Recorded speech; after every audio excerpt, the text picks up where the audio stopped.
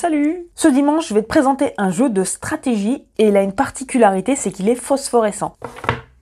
Je parle évidemment de Beau Gosse. Donc c'est un jeu de cartes qui se joue de 2 à 4 joueurs pour des parties d'environ 15 minutes. Alors ça c'est le coffret extérieur et si tu regardes un peu avec la lumière, même la boîte est phosphorescente, tu vois, c'est une espèce de texture un peu rugueuse. Et le design est très bien travaillé. Donc même sur les côtés, c'est phosphorescent. Voilà, bon, le paquet c'est bien, mais l'intérieur c'est encore mieux.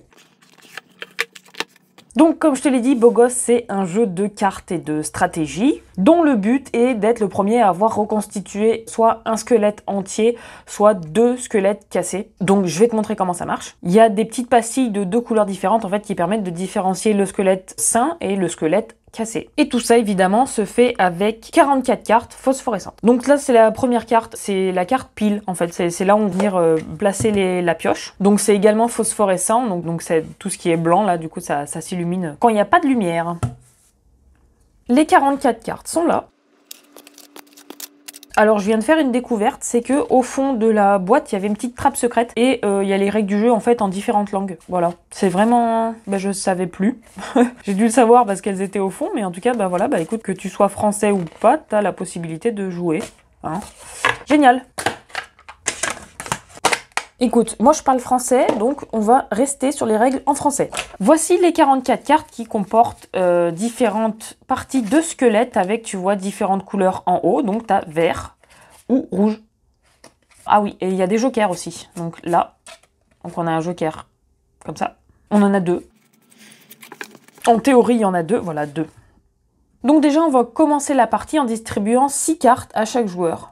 Et le reste des cartes va venir se retrouver dans la pioche. Donc c'est un peu comme un jeu des 7 familles, c'est-à-dire qu'on va demander verbalement des cartes aux joueurs avec lesquels on joue. Donc on va se mettre en condition. Hein. Voilà, admettons 6 cartes. Ok, toujours un peu du mal avec mes mains moi. Donc 2, 1, ok, 2, 3, 1...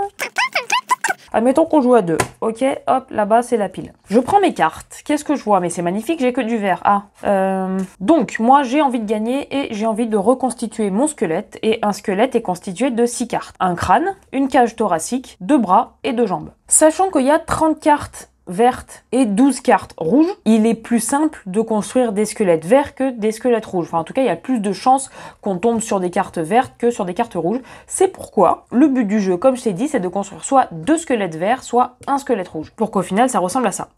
Donc, nous avons découvert notre main et tu vois que j'ai 3 crânes, le truc absolument inutile. Enfin, inutile. En tout cas, j'en ai un en trop. Mais c'est comme le jeu des 7 familles, c'est-à-dire que, qu'est-ce que je vois? Je vois que j'ai 2 jambes, donc ça, c'est génial. J'ai une cage thoracique et un crâne, donc ça veut dire qu'il me manque 2 bras pour faire déjà mon premier squelette. Donc, je vais aller demander au joueur de mon choix s'il a, par exemple, un bras vert. Comme je suis seule, on va faire le deuxième joueur. Qu'est-ce qu'il a dans sa main? Une jambe cassée, un bras vert, un joker et 3 pieds. Ok, 3 pieds, bon. Donc, bah oui, alors, l'utilité du joker, c'est qu'il peut remplacer n'importe quelle partie du squelette. Là, donc moi, j'avais besoin d'un bras vert. Donc, hop, l'autre joueur est là-bas. Je lui dis, bah moi, je veux un bras vert. Comme il l'a, il est obligé de me donner la carte.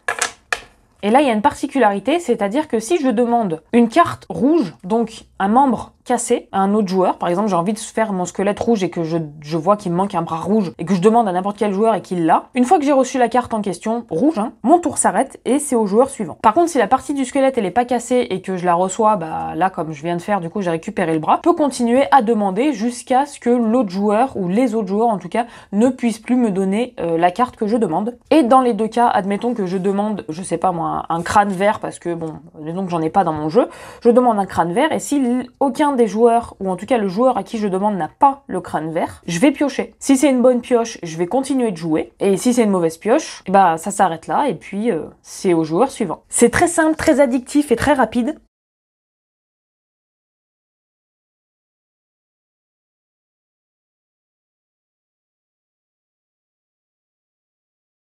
Je vais quand même te montrer à quoi ça ressemble un squelette fini.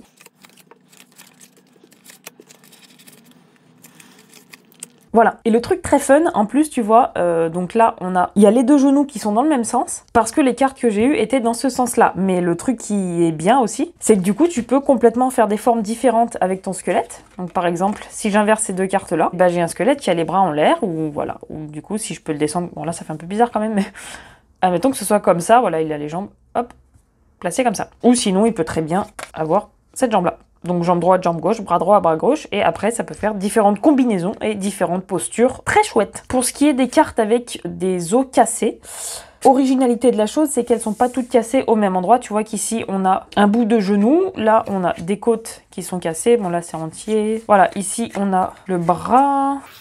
Là, on a le fémur qui est pété. Là aussi. Bon, ça commence, ça doit faire mal, je pense. Mais hop.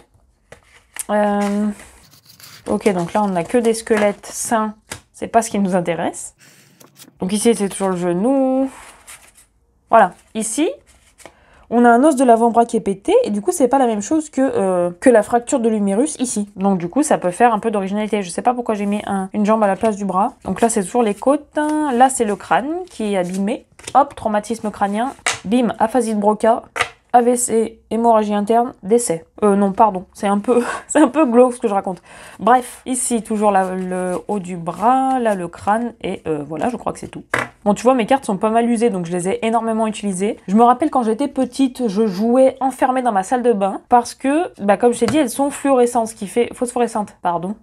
Ce qui fait que on les expose une dizaine de minutes à la lumière et après on va jouer dans le noir. Et en fait le truc qui est vachement bien, c'est que quand on a ces cartes en main, pour les repérer, au lieu de devoir voir le membre dans son entièreté pour savoir de quelle carte il s'agit, en fait il suffit de regarder le petit icône là-haut et ça déjà c'est phosphorescent. Et tu vois que par rapport à un os cassé, en fait là on a des pointillés et là le cercle est complet. Ça veut dire que le squelette est en bonne santé.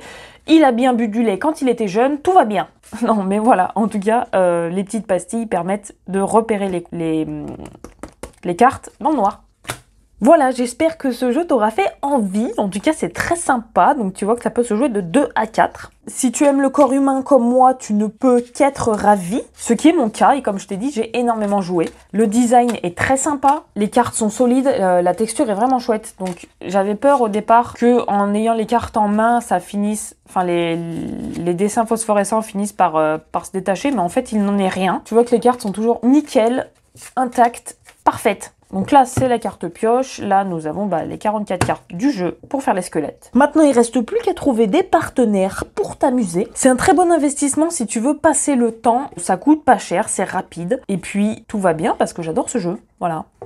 Je te remercie d'avoir regardé ma vidéo, j'espère que ça t'aura plu et que tu auras passé un bon moment. Je t'invite à me retrouver sur les réseaux sociaux. Tu peux t'abonner à ma chaîne, t'abonner à mon compte Instagram et me suivre sur ma page Facebook. Si tu as des conseils ou des remarques, n'hésite pas, l'espace commentaire est pour toi et c'est là pour ça en plus. Merci pour ton visionnage et ton soutien. Bon dimanche!